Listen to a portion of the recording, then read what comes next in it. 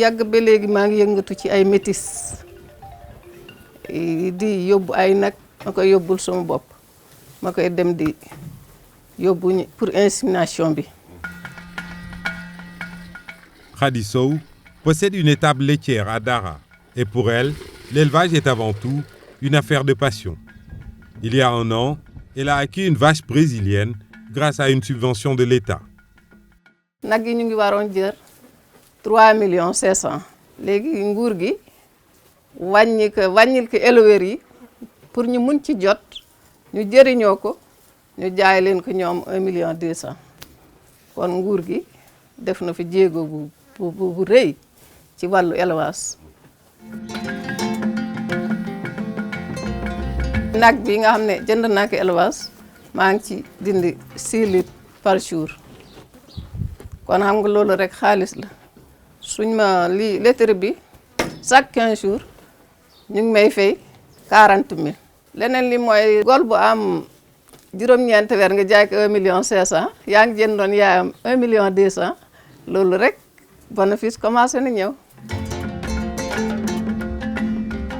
wax dëgg yàlla éleveurs ñu ngi commencé gis seen bopp ci élevage bi surtout ci élevage moderne bi ñu doon wax te man dama gëm ne élevage moderne dana dindi jafe-jafe yu bari. L'élevage représente un atout stratégique pour le Sénégal. Il occupe près de 60% des ménages ruraux, un indicateur assez révélateur. Sa contribution à la richesse du pays est néanmoins en deçà des objectifs fixés pour assurer la sécurité alimentaire. Avec son réel potentiel, il constitue un puissant levier de croissance dans la mise en œuvre des projets de développement inscrits au plan Sénégal émergent, PSE.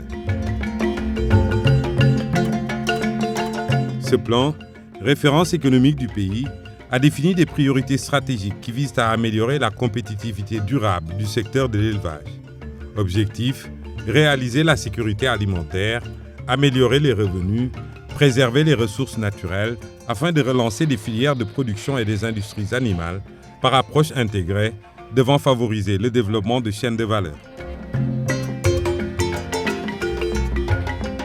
Le secteur offre ainsi de grandes opportunités en termes de revenus, d'emploi et de renforcement de la résilience face aux différents chocs et crises. Mieux, parmi les branches d'activité de l'agriculture, celles touchant à l'élevage ont l'incidence la plus importante sur la réduction de la pauvreté notamment. Son poids de 4,3% dans la formation du produit intérieur brut sénégalais reste donc en deçà de ses atouts. D'autant que la place de l'élevage en milieu rural est encore plus déterminante. Pour marquer sa volonté d'accompagner les acteurs de l'élevage, le chef de l'État a institué le 17 février 2014 la Journée nationale de l'élevage, JNE, à célébrer sur toute l'étendue du territoire national. Ce qui place le secteur au cœur du calendrier républicain.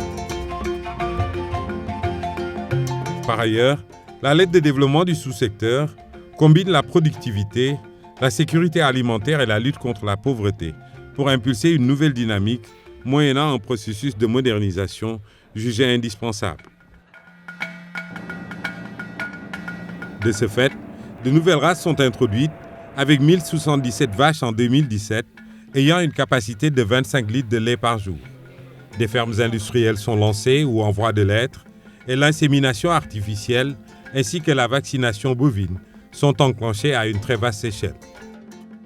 L'objectif, renforcer la production de viande et réduire une facture laitière de 60 milliards de francs CFA par an qui pèse sur nos importations. Le secteur monte en puissance si l'on observe ses performances, réelles quoique timides, en matière de production de viande et de lait. Il fait face à des contraintes dont la principale et sans doute la plus déterminante reste la faible valorisation des ressources pastorales découlant des faibles capacités techniques d'organisation des filières. À cela s'ajoute bien sûr l'absence de mise en marché des produits, les difficultés de collecte, de transformation et de conservation des produits animaux. Pour corriger ces dysfonctionnements, les pouvoirs publics ont conçu un plan national de développement de l'élevage, PNDE, qui sert de plateforme à la mise en œuvre de la loi d'orientation agro-silvopastorale.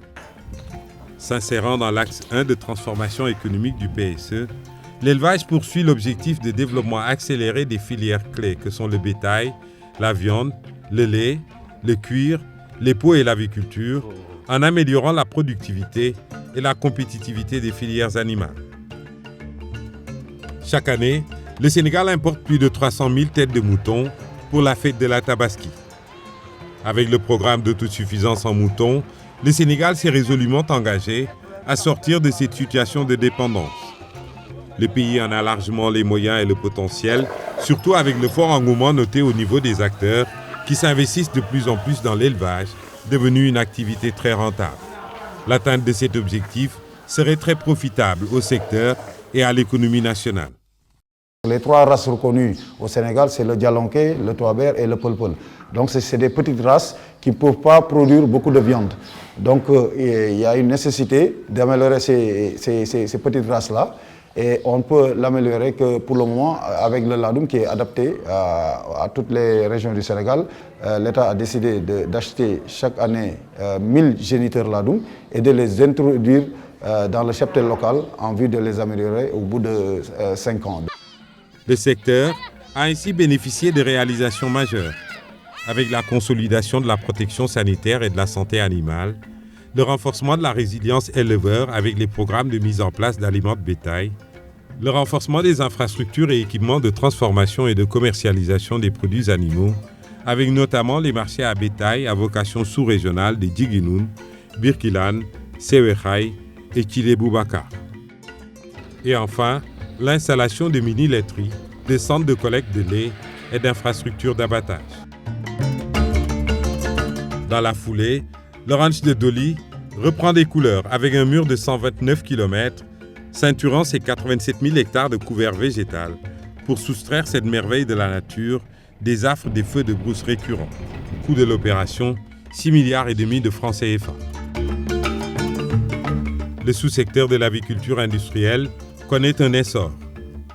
Ce regain du secteur, perceptible depuis 2005, découle d'une mesure forte prise par les autorités publiques de restreindre les importations pour encourager et soutenir la consommation des productions locales. À l'image des abattoirs de Mbour, une mise aux normes est en cours de manière progressive pour une offre de viande de qualité afin de décourager les abattages clandestins et les pratiques néfastes qui ternissent l'image d'un sous-secteur ultra sensible.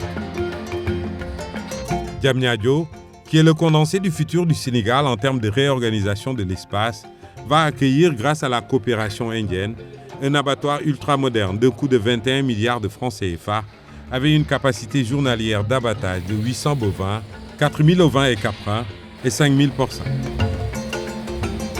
Le Sénégal entend se doter ainsi d'infrastructures modernes, aux normes, pour stimuler le développement de toutes les potentialités d'un secteur ayant tous les atouts pour contribuer à la sécurité alimentaire, à l'accroissement de la richesse et à la croissance de l'économie.